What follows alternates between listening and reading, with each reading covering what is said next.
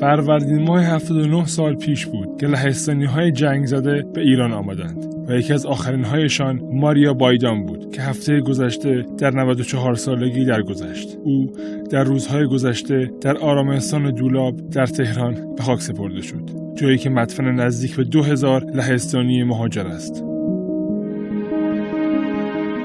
او یکی از 100,000 نفری بود که به ایران آمدند و در یوسف آباد و دوشان تپه تهران پراکنده شدند. همچنین به شهرهای انزلی، عراق، اصفهان، مشهد، قزوین، همدان و خرمشهر گسیل شدند. این در حالی بود که مردم ایران خود با قحطی و بیماری ناشی از جنگ دست به گریبان بودند، اما آنان را پس نزدند. این رفتار در جامعه میزبان باعث حس همدلی میان ایرانی‌ها و لهستانی‌ها شد. وقتی رسیدیم این تختا را دیدیم مثل که تو بهشت آمدم دیگه. همه چی تمیز، حله، غذای خوب، مرتب، صندلی، میز. این همگرایی حتی در دهه‌های بعد موجب تعمیق مطالعات ایرانشناسی در لهستان هم شد. 3 سال بعد با پایان یافتن جنگ جهانی دوم خیلی هایشان از ایران رفتند، اما آنهایی که ماندند در فرهنگ ایران جاری شدند. آنها 3 مجله راه انداختند، در رادیو ساعتی برنامه داشتند، نمایش‌ها و کنسرت‌های موسیقی برگزار کردند و حتی کافه پولونیا را راه انداختند. بعضی‌هایشان حتی با یک ایرانی ازدواج کردند و صاحب فرزند شدند.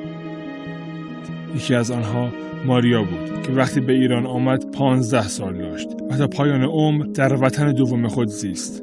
به عنوان یک فیلمساز از زمانی که با خانم ماریا بایدان به عنوان یکی از آخرین بازماندگان لهستانی در ایران آشنا شدم، زندگی ایشون برای من بسیار جالب و هیجان انگیز بود. از زمانی که از لهستان به سیبری تبعید شدن و از طریق بندر انزلی وارد ایران شدن و جزو بچه‌های لهستانی به اصفهان رفتن و از اونجا باز به تهران اومدن، تو ایران کلا موندگار شدن، شخصیت ایشون بسیار قوی و جالب بود و من خوشحالم که تونستم یک فیلم درباره زندگی یک زن، یک بانوی قوی لهستانی بسازم و این بخش مهم از تاریخ ایران و لهستان رو ثبت کنم.